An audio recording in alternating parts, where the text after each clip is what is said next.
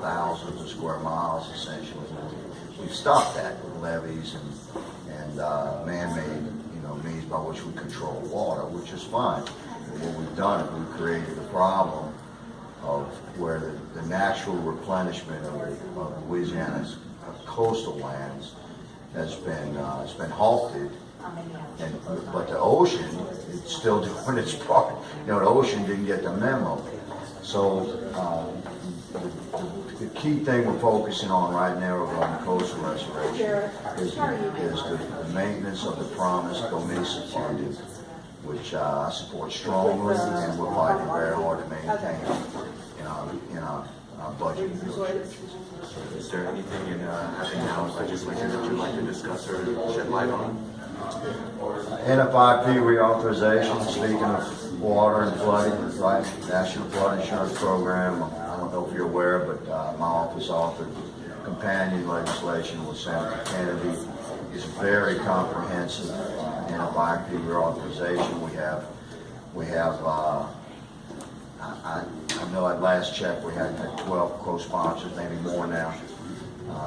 It's in committee being considered, but we're also working very closely with the chairman of that committee, who has his own legislation, so that we can perhaps reconcile the two bills, whereby we can come together and support one bill, because we prefer to work together and fix the problems where everyone can get behind one piece of legislation.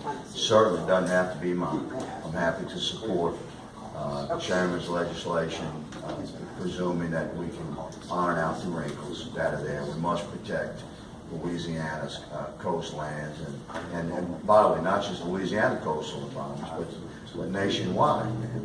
Water control, water management is a national issue. Flooding is a national concern. I don't want to hold you up from these guys, so thank you so much for your time. Yes, sir. Anytime. Sorry, else. Good afternoon, everybody. Welcome to the Acadiana Press Club's August. Normally we would call this a monthly meeting, but we took a hiatus for the last 3 months. So we're now just getting back into the swing of things. This is one of the largest crowds we've ever had. So as a way of starting, how many of you in here are actually working media? Just so I know Christian. I see this young fellow back here. You look like you could be something at UL. Are you? Who's your professor? I'm not technically in college yet. I'm an incoming freshman. Okay, good for you. Well, welcome. This will either be the greatest decision or worst mistake of your life getting into the field of journalism, depending on how you look at it. But thank you, brave soul, for pursuing it. And we'll talk to you after about possibly becoming a member of the Acadiana Press Club. We do have student memberships. And for those of you who are not, obviously the rest of you are concerned citizens, you can also join the Acadiana Press Club. We do have memberships for lay people, and it entitles you to benefits, meeting with us, having your voices heard, so on and so forth. Lainey can talk to you a little bit about that if you're interested later on. Same thing for the student membership if you're interested. Sir, what's your name? Nicholas Kibbers. Nick, if you're interested, we can talk to you about getting you signed up for the Acadiana Press Club. Now that we've gotten the housekeeping and the plugs out of the way, I am Ian Ozan, Vice President of the Acadiana Press Club. Lainey Cook, investigative reporter at KATC, she's our president. And we thank you again for coming on today. Congressman Clay Higgins, representative, 3rd Congressional District, is here with us today. We'll be talking about some of what's going on, what has happened in his first 7 months in office, and what's coming up for the future. Clay, without further ado, go ahead. Thank you, brother. Appreciate you. Appreciate you having me here. Thank you all for coming. I'm certainly a humble servant, and I'd like to get to questions as soon as possible. Sort of an overview of what we've been working on in the 115th Congress I'm a member of since January. From a broad understanding and perspective is to our effort to roll back what we consider to be regulatory overreach, the size and scope of the federal government that has grown to such an extent over the last decade, not just, by the way, under President Obama, but under previous administrations as well. The size and the weight of the regulatory agencies that make up what I refer to as the alphabet branch of our government has become so onerous and burdensome, and in many cases injurious, in some cases predatory on the American people and American freedoms. At the same time, devours people's treasure. So some of our greatest challenges that we face as a nation,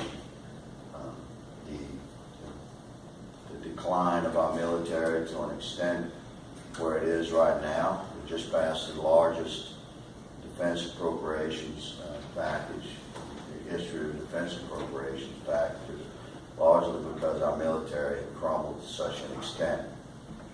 At the same time, our regulatory agencies have grown to such an extent that what we've ultimately found ourselves facing, the nation faces a $20 trillion debt.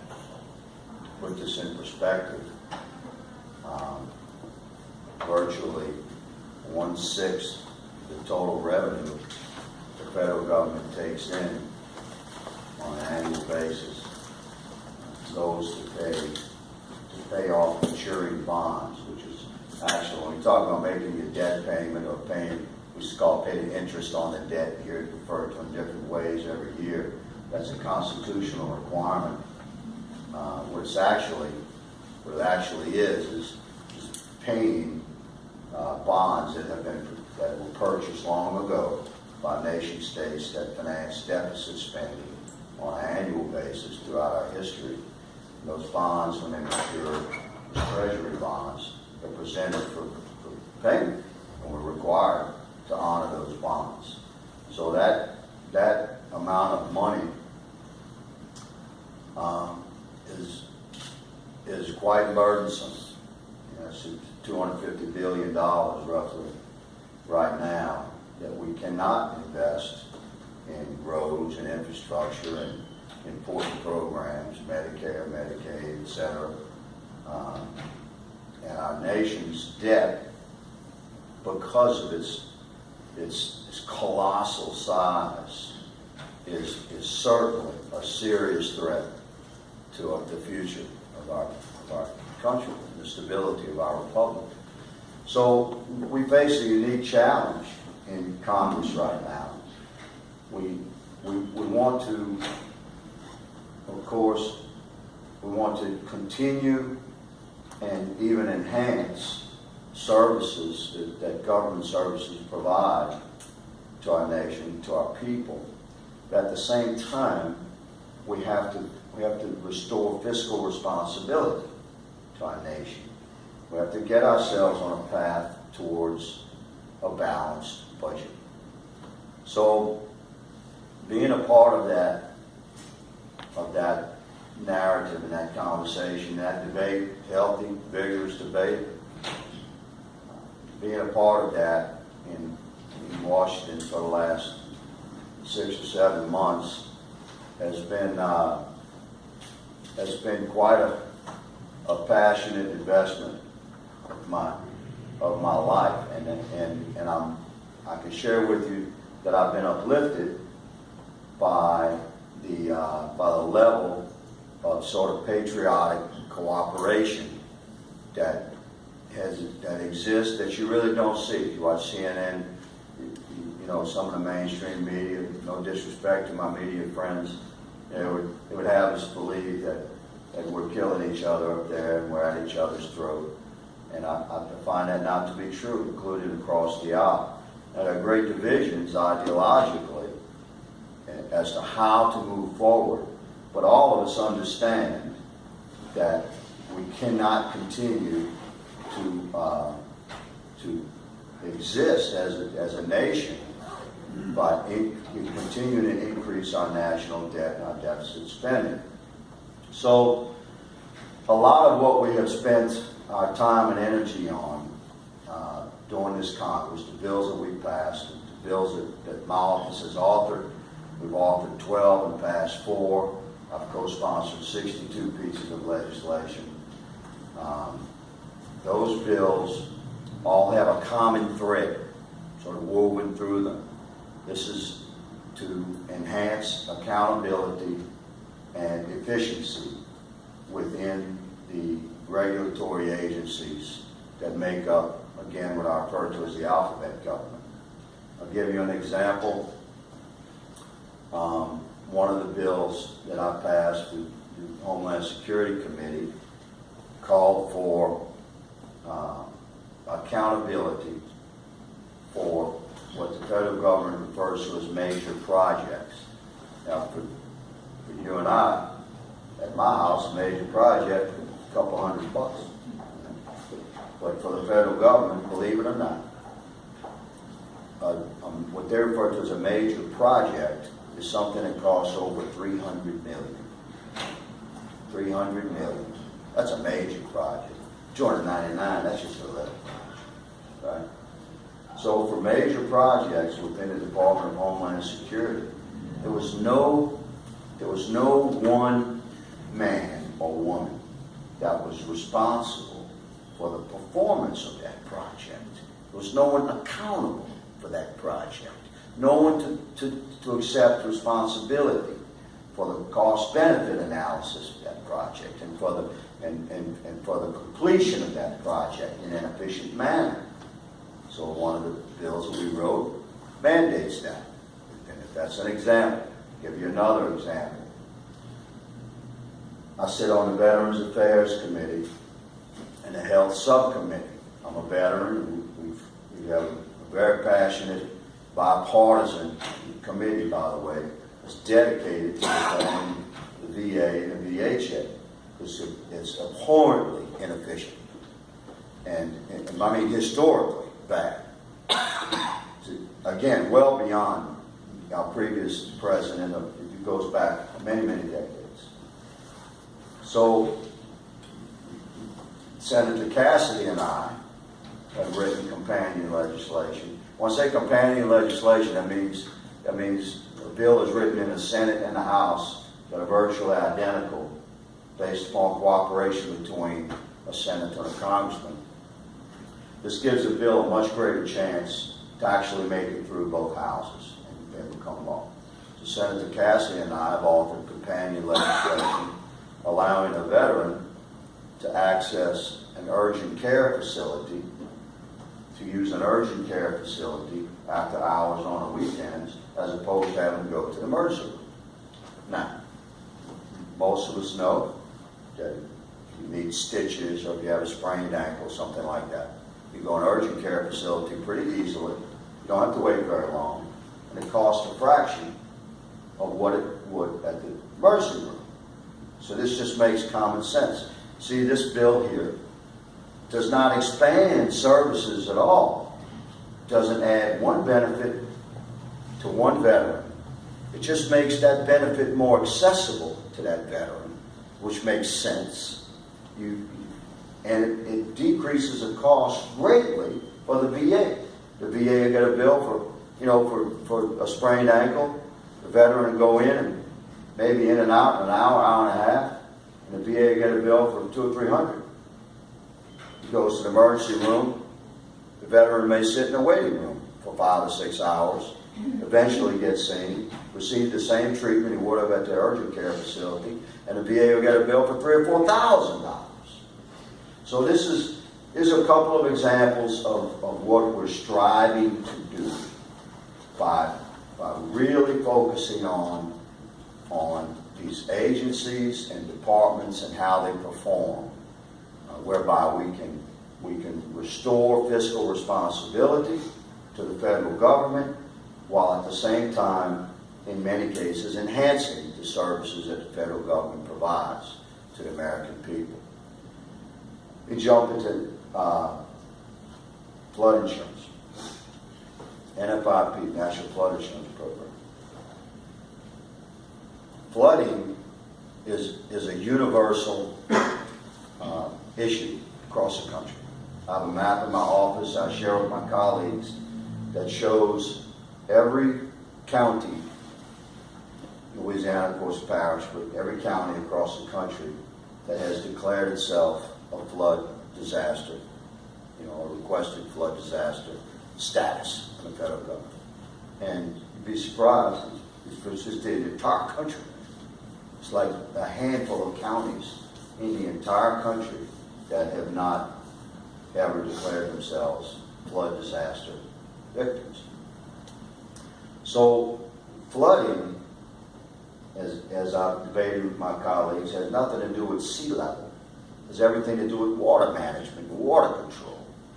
And I mean, 2 years ago, 3 years ago now, had epic flooding in Colorado.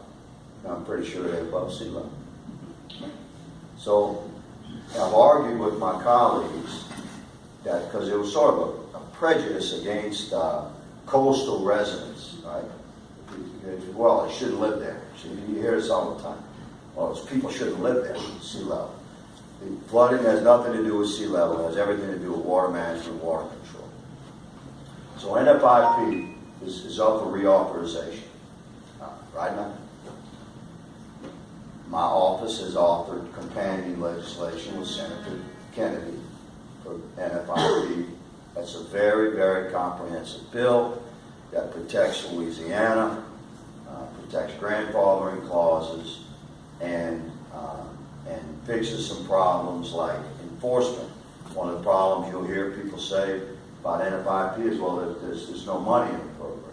It's not solvent. One of the reasons it's not solvent is because compliance varies greatly from state to state. Louisiana has about an 88% compliance rate. Minnesota has an 8% compliance rate. So there's very few mechanisms for enforcement of NFIP. In Louisiana, as in most states, we're required to have auto insurance on our car. If you drop your insurance on your car, the insurance company is required to notify DMV, get a flag on your license. When you go to renew your license or your registration, you have to provide proof of insurance and pay your fine for whatever your lapse of insurance was, right? We're all familiar with that. Been existing for many years. There's no process like that for NFIP. Okay? So our legislation is in committee right now. We have, at last count, 12 co-sponsors, may have more now. But it has momentum, it has a wide degree of support. However, the chairman of that committee also has legislation. What we're trying to do is reconcile his legislation with ours so that we can support respectfully. You know, you have to respect chain of command and rank and seniority, things like that. It's important. We're trying to reconcile those two bills so we can get behind one bill together, all of us, and have NFIP reauthorized for long term. And, you know, we're certainly in the midst of that debate right now. What you may see regarding NFIP is a one-year extension of the existing NFIP, which is something that, if that's what I'm left with, if I have to support, then I will. One of the frustrations I have with Washington is how long things take, you know, to get things done.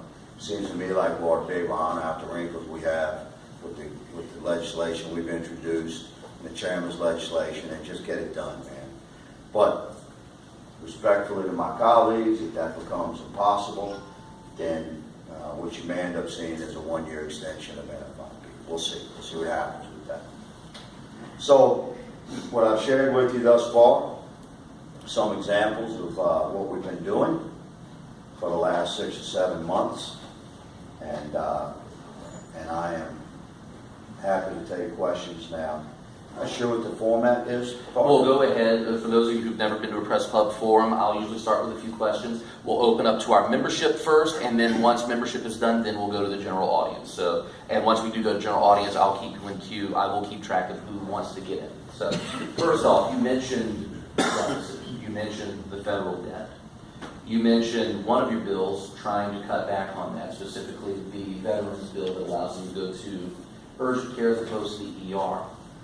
I know this is an oversimplification, but to get the debt down, we either have to cut spending we have to raise taxes or do both.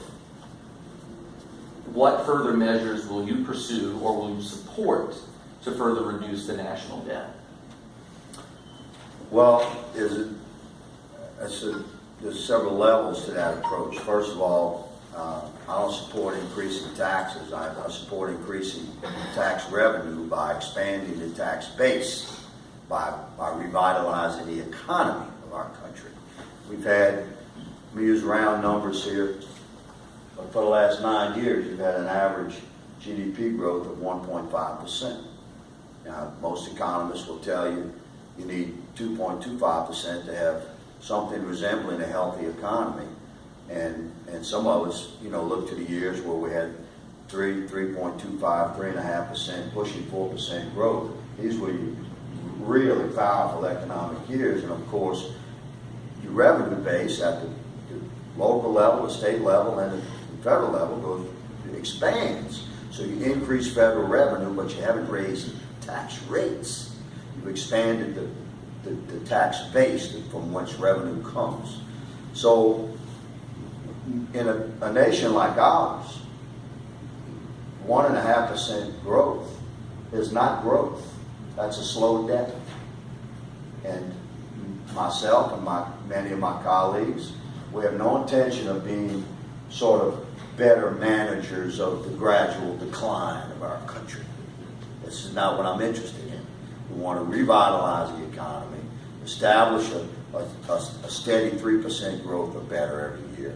This expands the tax base, increases revenue at every level, municipal, state, local, parish, county, and federal level. How do we go about doing that?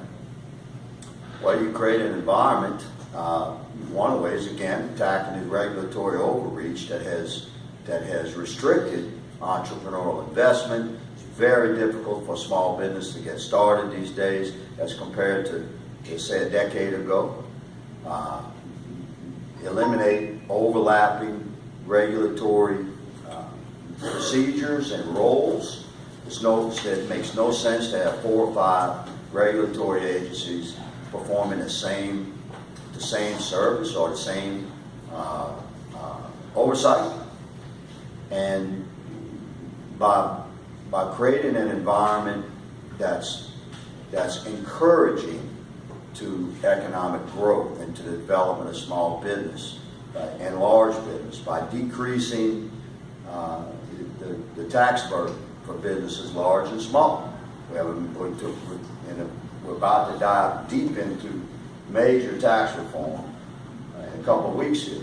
But we've been discussing it for this entire year, tax reform. The numbers for tax reform, and I'm just trying to answer your question thoroughly, sir.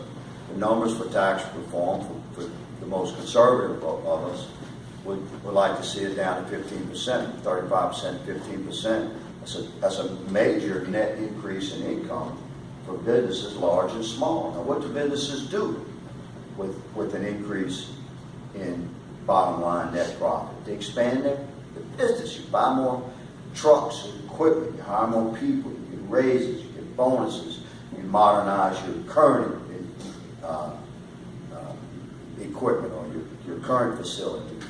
So by decreasing regulatory overreach, burdensome, injurious, sometimes predatory regulatory overreach that has manifested over the last decade or so amongst our alphabet agencies. This encourages economic investment and growth. By decreasing the tax burden, this encourages investment in American jobs, American industry, American business. It makes it much easier and more attractive for a small business, a new business to start up. Again, increase jobs, increase tax base, grow the economy with conservative principles. That's just how it works. You mentioned tax reform. It's one of the set pieces of President Trump's platform when he ran, one of his set pieces now that he's in office. With his response to Charlottesville, and the criticism he's received for it, and the pushback he's gotten from both Republicans and Democrats, how do you think the president's situation popularity-wise in Congress, will affect the ability to get tax reform done. Well, Congress controls tax reform. Right. And we're driving forward and gonna do our job, you know, whether anybody in the White House or the media likes it or not. And the, you know, the events in Charlottesville were tragic and abhorrent. And, you know, I don't claim to know the president's heart, nor does he mine. I perhaps would have responded differently for our commander-in-chief, but I'm not. So I'm going to respect that office. And I'm not going to second guess what the president's intent was or what his heart was. But I can tell you that as a body, as a congressional body, certainly as a representative of the people of the 3rd District, we're working on, our staff, we're working on tax reform, right? And by the way, on health care, we're standing by, man. The Senate must perform. But my point is, we're going to continue doing our job. We're not going to allow ourselves to be distracted by these things that would you know, devour sort of the mind of the country and take us away from really attacking the issues that challenge our country to a very perilous challenge. So what you're telling me is the president's popularity has no impact whatsoever on what Congress will do with regards to tax reform. Well, I can only speak for myself and my office and those that we're working with actively on policy and legislation. It has had zero impact.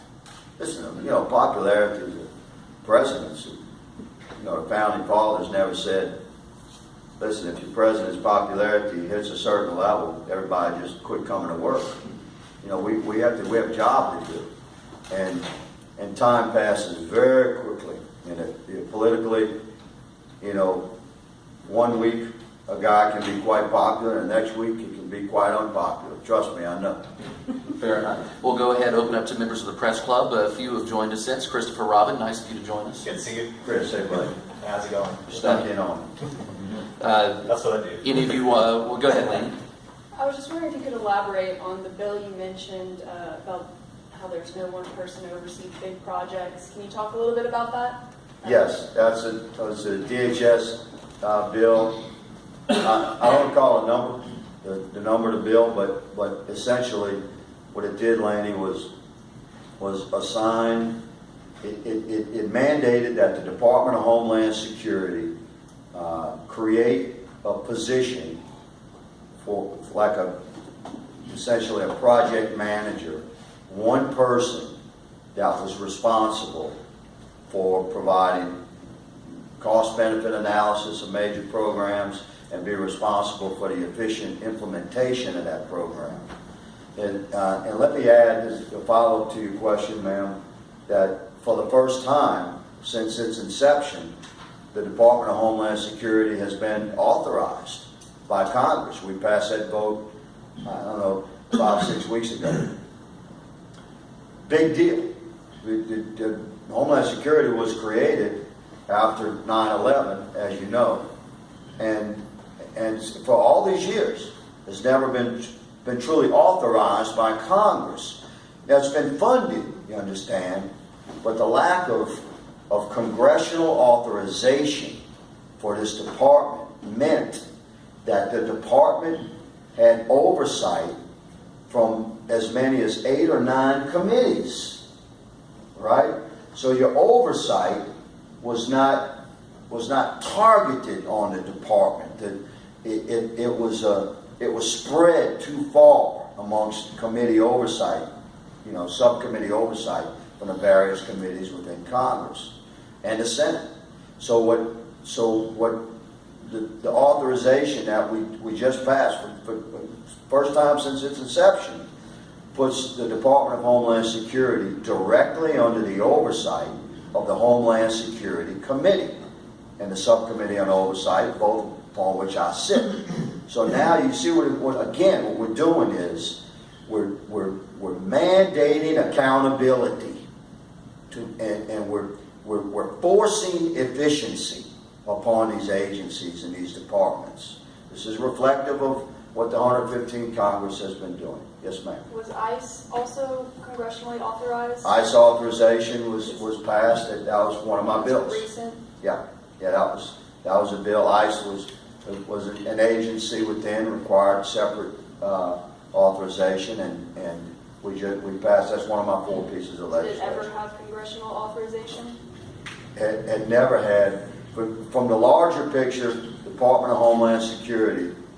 See, some of these agencies have been reorganized. They existed as different acronyms. There's a lot of acronyms in D.C., by the way. It's almost worse than the Army. Some of these agencies that exist right now have been restructured since the manifestation of the Department of Homeland Security. They existed prior and had been authorized prior, you understand, but not authorized on their current form under the Department of Homeland Security. You with me? Okay, thanks. Yes, ma'am.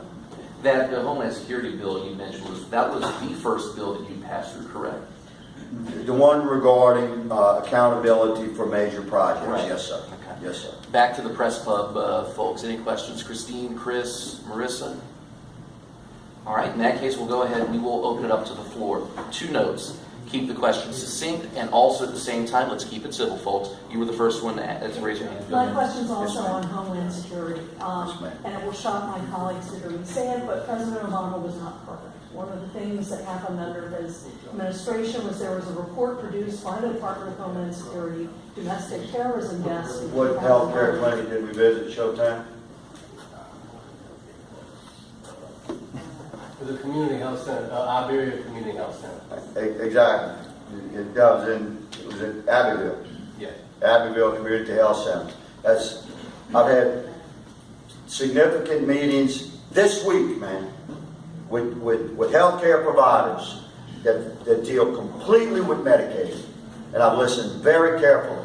And that, sir, is not political rhetoric. It's part of my official schedule. Next question, please. In front. My name is Becky Higgins, my husband Matt. I want to talk to you about flood insurance and FIP. Yes, ma'am. I'm speaking from my heart too. We were victims, or I'm going to call it victims because a lot of good came out of it, but we flooded last year. And 7 months later, we moved back in. I'm not going to get all that. But lately, I got a letter from FEMA stating we need an elevation certificate or our insurance could go up because we're in a high-risk flood zone, which we've been there 38 years. We never flooded before. We were only 2 houses in the neighborhood that flooded. So my question is, you probably addressed it, and I don't understand a lot of the language, but I've been told that FEMA's going to be redefining the flood zone. Right now, we're at 0 where our insurance is fine. But if they raise the flood level up, then our insurance, they say, will go 20 to 25% up. And a lot of people have gotten that. Yeah, let me address that. The insurance companies are communicating with their clients based upon the current law. Our NFIP reauthorization legislation, which is in committee now, I spoke of earlier. Again, we're trying to reconcile our bill with the chairman's because that's respectful and it's appropriate. But ultimately, the NFIP reauthorization addresses some serious problems. Let me go into a couple. My bill caps maximum annual policy increases at 10%. Currently it's at 25%. My bill, our NFIP bill, mandates remapping based on a laser procedure that would clarify. We've been provided what they call certified heights of homes within neighborhoods, so that your home, if you've done many homeowners that are in flood zones have performed at their own expense what the federal government refers to as mitigation, like pre-flood mitigation. You've raised your home, you understand? You sometimes brought in tens of thousands of dollars worth of dirt and clay and packed it and built your home upon a mound. We have a case file right now, a gentleman that's in a flood zone, and he built a new home, but his land within the neighborhood was already, see you snuck in too. His home within this neighborhood was already kind of high, and he brought in dirt and clay before he built his house and packed it properly. It's all like a turtle back, right? And then his home itself is elevated, right? It's on piers. So he's like 8 feet, shouldn't He's 8 feet at his mound, and then with his house, he's 16. Yeah, that's right. This guy's 16 feet up, all right? So he's 8 feet over the zone that his neighborhood is in. And yet, he's paying like $3,500, $3,800 a year for flood insurance. His entire neighborhood, all of his neighbors, their homes would be underwater before it got to his porch. So my bill, our bill, mandates mapping based on a laser system that gives actual heights of individual homes. That home would be able to receive a discounted rate depending upon the neighborhood that they're in. So does that answer your question about? Yeah, I guess so. But so we've been there 38 years, and so our house was built the way they told us to build back in the day. Yeah. So are we penalized because everybody's built up higher, and now we're supposed, Well, your home should be protected by grandfathering. Yeah. Grandfathering. Okay, our bill protects grandfathering beyond where it's protected right now. In other words, a home is built to be a permanent structure. You don't build your home and then say, well, every 5 years I'm going to raise it. It's just ridiculous. So you build your home according to the standards, the codes that you're told by your mortgage company or whatever, and your home builder, your professional home builder, you build your home. And then you have your insurance rates determined at that time based on the floodplain at that time. Then remapping happens. Your rate from when you built it is grandfather clause protected. However, according to current law, if your home is flooded twice since 1975, you lose your grandfathering. Okay? Even if you didn't own the home, and even let's say the home flooded in 1978, you bought your home in 1990. And you spend $100 grand raising the home, you've still been flooded once. That home has been flooded once. It gets counted against you. You see, our bill alters that and allows for and accounts for pre-flooding mitigation, or in other words, if you have invested in your home to make it flood resistant, or to bring it to another level. As compared to whatever the zone says, then that would be recognized and your grandfathering will be protected even if it's a repetitive flooding home. This is just one of the things we've really been fighting about with the NFIP reauthorization, is grandfathering protection of repetitive flooding homes, that home having been mitigated or built to be more flood-proof by that homeowner. So you're saying only if we spend $100,000 to raise our house up, will that be protected with the grandfathering? No. Okay. No. Under current law, you would lose your grandfathering if your home is flooded twice. Our bill eliminates that and recognizes your current flood zone that you're in. That's why we want to do more accurate mapping. And we've mapped the ocean floor, for God's sake, down to the molecule. You understand? And yet, FEMA's going to map an entire neighborhood with varying heights and put everybody in the same category. That's not right. So our bill addresses, it's very complex. Talking about a 90-page piece of legislation. I think I brought that. Do we leave that? Yeah, NFIP. Is there something you can do to support that? Is there something we can do? Well, you're doing part of it right now. You're engaged. You know, and I invite that engagement. And sir, let me respectfully apologize to you because you caught a little bit of Captain Higgins there. And that's not right. I serve you, I work for you, and I apologize to you. So there's, because I'm welcoming this young lady's engagement, and I welcome yours, sir, although we disagree. So please accept my spirit there. So you're doing part now, and you're here, and you're communicating. This is an NFIP legislation that's in committee. We killed a whole tree here, man. Right? There's 90 pages of complex legislation. One sentence, one paragraph that's wrong in here can hurt Louisiana and hurt a homeowner, not just in Louisiana, but in New Jersey, or Florida, or Texas, Mississippi, Alabama, etc., California. You know, anything wrong with this bill, it's my fault. But there's a whole lot that can go wrong in 90 pages of complex legislation. This is the bill that's pending in committee right now.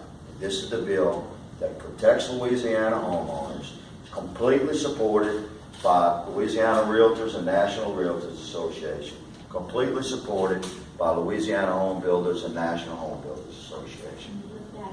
Oh, good God bless you, man.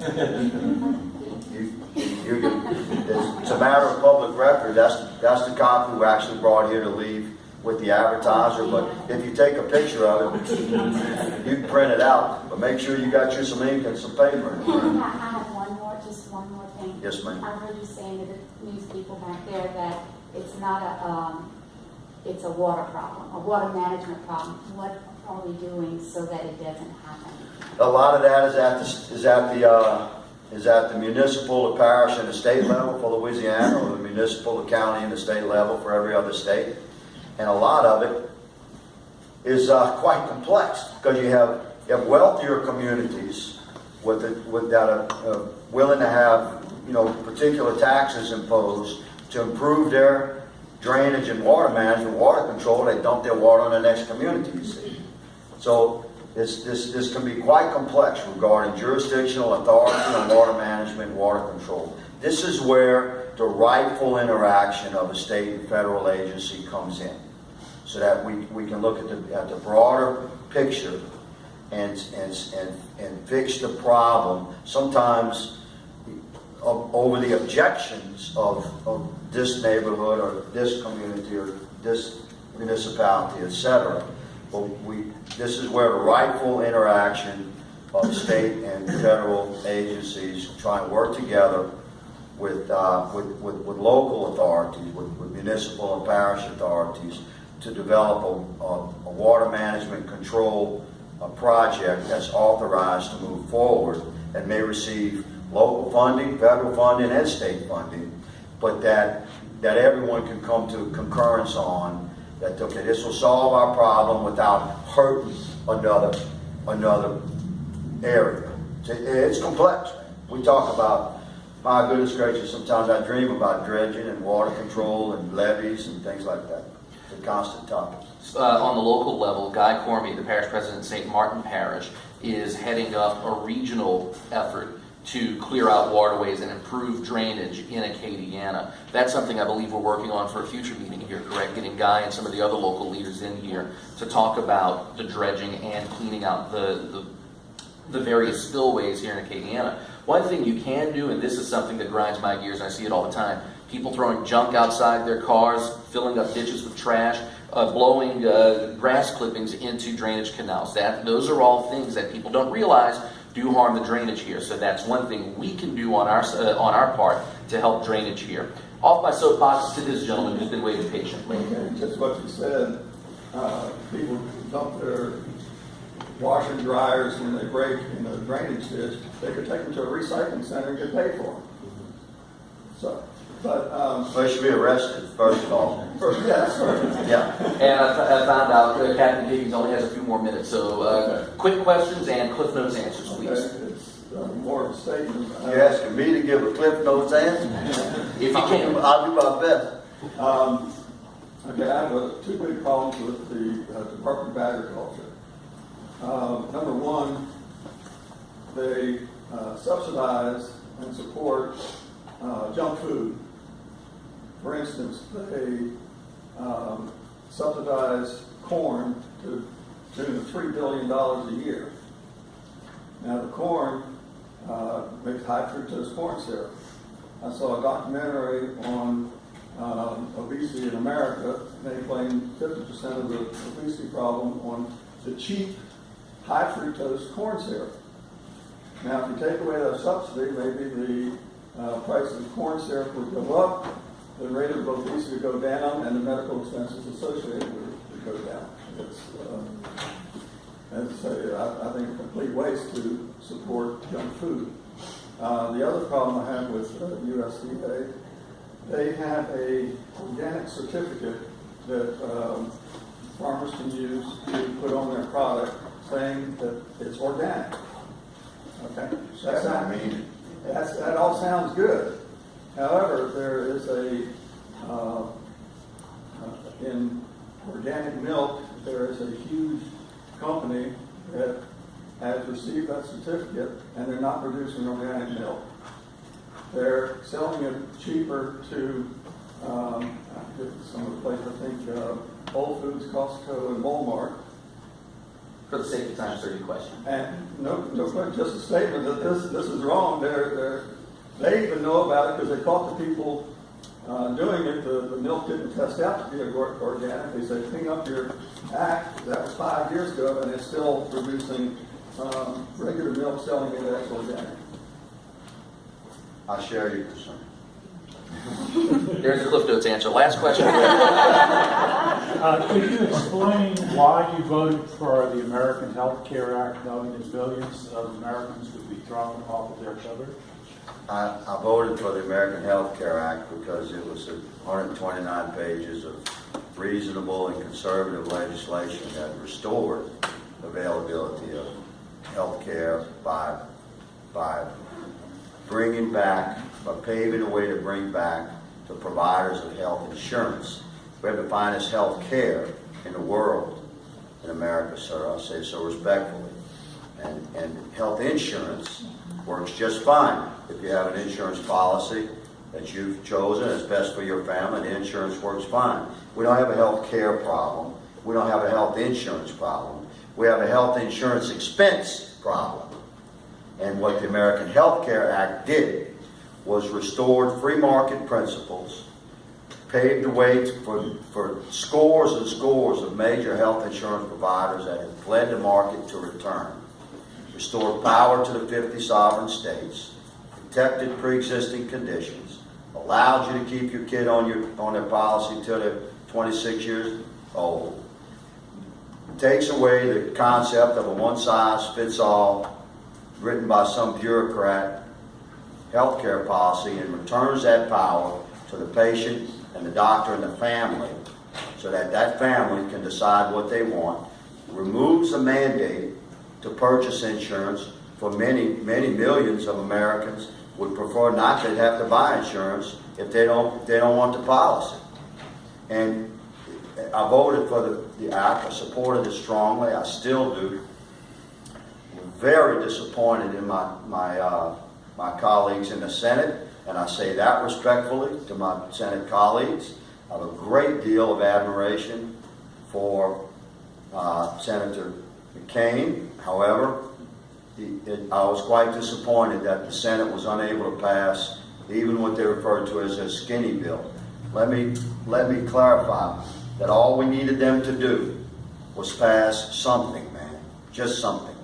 Because constitutionally, bicamerally, each house has to pass a piece of legislation before it can be, and if they're different in any way, one of the constitutional means by which we reconcile that is called in conference. where the leaders, including from both parties, will get together, reconcile those two bills, we'll get it to the president's desk for signature. So I respectfully, I hope I've explained, at least in a Cliff Notes manner, why I supported the American Health Care Act, and I stand by that, and I still do. And I'm very disappointed that we as a body are allowing the collapse of the ACA without fixing a damn thing. You understand? To me, that was the fix. Some of my more liberal colleagues say just fix it. To me, the American Health Care Act was the fix. Some of my colleagues is screaming from the right, which how you get to the right of me, I'm not sure. But some people pretend to. They would say we want a complete repeal. You can't have a complete repeal because the market that existed prior to the ACA is gone, man. You'd leave America with nothing.